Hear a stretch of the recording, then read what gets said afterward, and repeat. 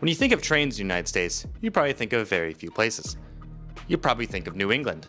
You probably think of Chicagoland, California, or maybe even Florida. However, the place you probably have never thought about is this powerhouse of a state, North Carolina. This state has been breaking Amtrak's ridership records with its bipartisan investment in rail over the past several decades. The Amtrak Piedmont represents decades of collaborative success between Amtrak, North Carolina DOT, and the North Carolina Railroad Company. Spanning from Charlotte to Raleigh, the corridor spans the majority of major city centers in North Carolina, connecting the 9th largest state by population with extremely effective passenger rail service.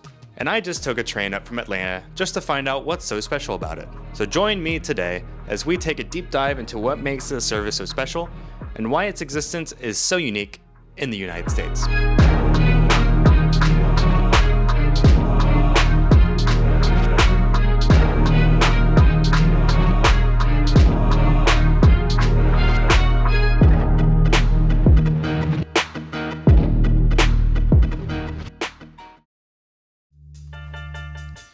Now, getting to North Carolina via train from Atlanta was quite the journey to say the least.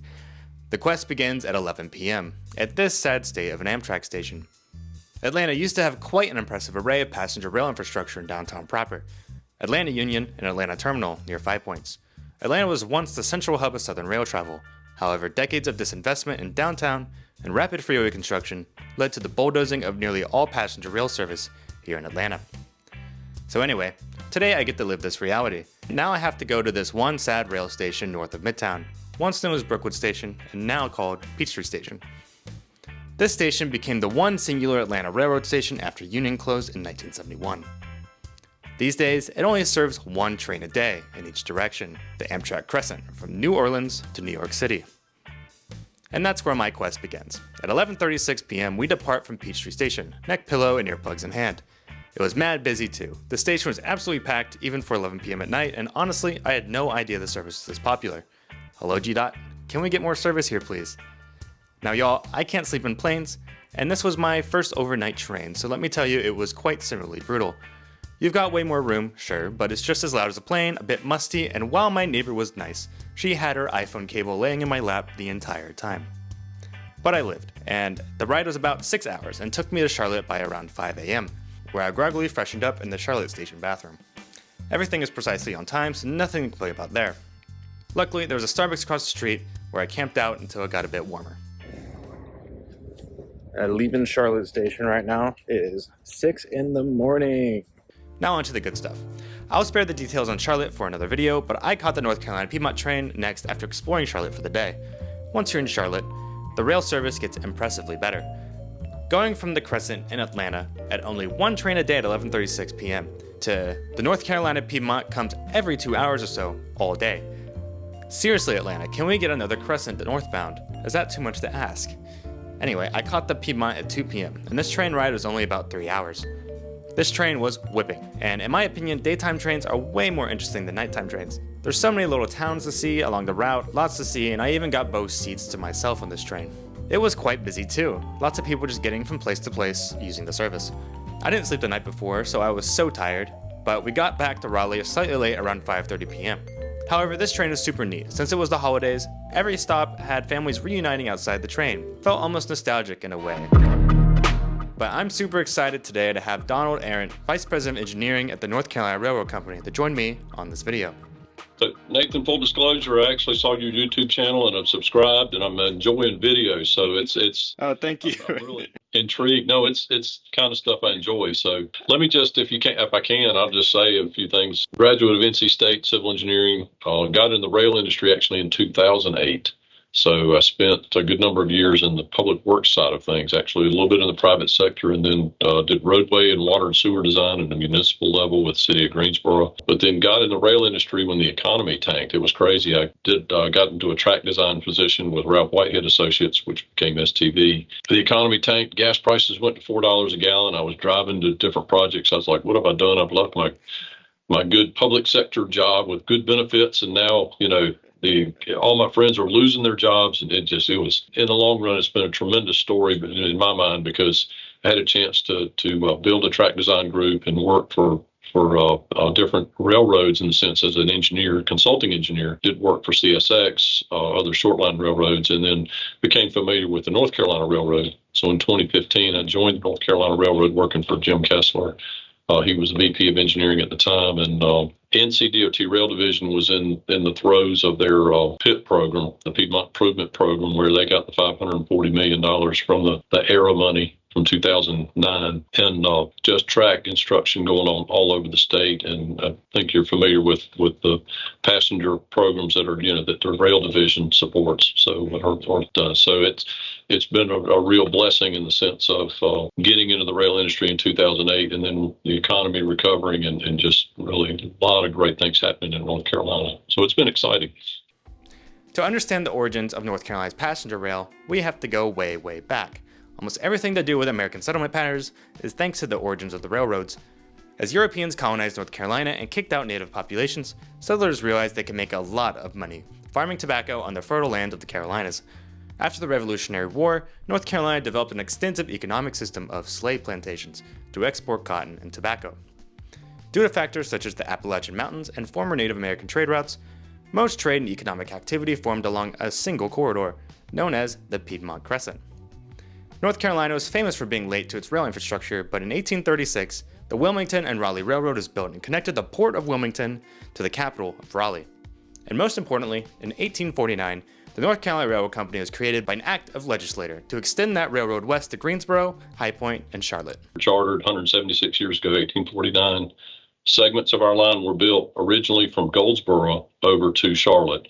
Goldsboro up to Raleigh, Raleigh over to Greensboro, Greensboro to Charlotte. In 1871, Richmond and Danville Railroad was looking to expand south from Virginia, so they were interested in building a line to Charlotte. They ended up leasing our line. So the lease was, they had to lease our entire railroad instead of just the Greensboro to Charlotte segment.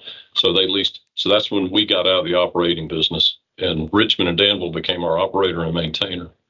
Of course, Richmond and Danville bankrupted in 1893. A lot of railroads didn't survive 1893. Big economic downturn, big recession. 1894, Southern Railway was formed out of that. And 1895, they struck a 99-year lease with us that went all the way to 1994. And so they wanted to connect Greensboro to Charlotte. So that crescent-shaped type route is where North Carolina Railroad originally laid out, and that seems to have determined what the major urban areas in North Carolina became. The Piedmont region did not fare well in the coming years post-Civil War, like much of the South. North Carolina's economy especially suffered throughout Reconstruction, as the decline of agricultural opportunity, continued great migration of black populations northward, and the Great Depression left North Carolina a declining region in many ways. A truly horrifying microcosm of this was the story of the Wilmington Massacre. Wilmington, North Carolina post-Civil War was a rare example of black affluence. However, in 1897, North Carolina's Democratic Party decided to embark on a white supremacy campaign to try and drive out populist and Republican politicians out of power, leading to a literal coup d'etat by thousands of supremacist whites, who slaughtered at least 14 black people and forced all black and Republican politicians out of power. North Carolina has a long history of racial politics that can be felt to this very day. Fox Media did a really great documentary on this, and I highly recommend it. Over the next century, the railroads fell out of favor in popularity of independent transportation via the car. In some ways, this was a reaction to Reconstruction efforts and a desire for whites to escape city centers and put physical distance between the poverty of cities and the affluence of shiny new car-dependent suburban sprawl post-World War II. However, North Carolina wasn't a very urbanized state due to its agrarian and manufacturing roots. So with its economy struggling, North Carolina needed to reinvent itself and find new industries to exist in an urbanizing United States. So by the 1950s, the state invested heavily in research, education, the state university system, and the Research Triangle. Ultimately, this proved to be majorly successful, bringing massive investments to the Piedmont Crescent megaregion, including universities such as Duke, UNC, NC State, and major industries such as manufacturing, aviation, research, pharmaceuticals, banking, technology, all notably around the Research Triangle. The Research Triangle, formed by Raleigh, Durham, and Chapel Hill, brought forth companies such as IBM and Burroughs Wellcome. Towards the southern part of the corridor, Charlotte specifically became a major hub for banking in the United States, becoming home for banks such as the Bank of America and Wells Fargo. All of this has led to massive explosions in population and economic investment in the region. North Carolina realized by the 1990s that its urbanization efforts had serious transportation challenges. There was a massive transportation demand between the major population centers, specifically Raleigh and Charlotte. and its car infrastructure was choked full of traffic. So while North Carolina had some form of long-distance passenger rail service until the 1970s through Southern Railway, this shuttered after Southern dramatically reduced service in 1976 and eventually handed over the remaining operation to the newly formed Amtrak in 1979. After a failed attempt by Amtrak to reintroduce passenger service in 1984, Amtrak officially introduced the Carolinian, a long-distance route from Charlotte to New York City. This route was immediately popular, and North Carolina state officials had a bipartisan push to increase service. And luckily, North Carolina had a trick up its sleeve that nearly no other state in the country had. Remember how North Carolina actually had majority ownership of its main railroad through the North Carolina Railroad Company? Well, North Carolina bought out the remaining private shareholders of the NCRR in the 1990s, making 100% of shares owned by the state of North Carolina. So in the 1990s, the state said, hey, we want to manage passenger, we want to own the North Carolina Railroad. So they bought out all the private shareholders, and it took about 5 years. So in 1999, we struck our current master agreement with Norfolk Southern for them to keep operating and maintaining our railroad. So North Carolina Railroad Company, we're separate from NCDOT Rail. We're a separate entity. We're a railroad, but we're part of our 317-mile-long corridor is the corridor we own, and Norfolk Southern operates and maintains that under a master agreement. Why is this important? Typically, the railroads are owned by freight rail companies, and the freight companies have full control of leases to other service, such as Amtrak passenger service. This makes it quite difficult to do anything other than freight on rail tracks, as freight companies like Norfolk Southern and CSX are for-profit companies, and there's not much incentive to run anything but freight on these tracks. However, the mainline spine of North Carolina's corridor, NCRR actually leases the tracks to freight companies like Norfolk Southern for freight operations, instead of vice versa. NCRR also pays Norfolk Southern to maintain the railway while keeping ownership. This allows for a lot more control by the state to operate rail service on the tracks, as NCRR acts like a bargaining table between the government bodies, the freight companies, and Amtrak. You're right. It is a unique relationship, and it's something that I think only Alaska is the other railroad that's owned by the state, say by the state of Alaska. So that Alaska and North Carolina are the only two states that say own a railroad.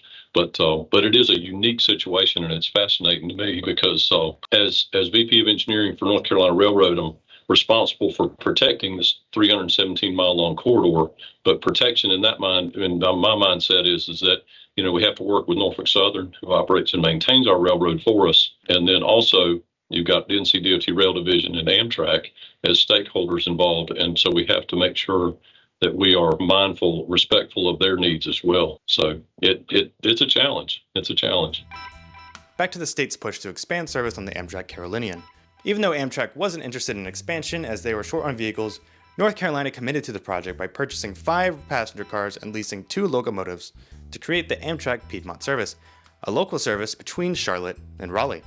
It proved to be an extremely quick success. The corridor from Charlotte to Raleigh is 173 miles long, making it fall perfectly between the optimal distances for long-distance rail, over 100 miles and below 500 miles. The travel time on this train is comparable to driving, sometimes outbeating it through the traffic. The train takes 3 hours end to end, traveling the full length, while driving takes about 2 hours and 40 minutes with no traffic. The train is especially appealing at this distance versus flying, as flying requires more time once you factor in transportation to and from the airport, the recommended 90-minute buffer before your flight, and the general uncomfortable nature of flying.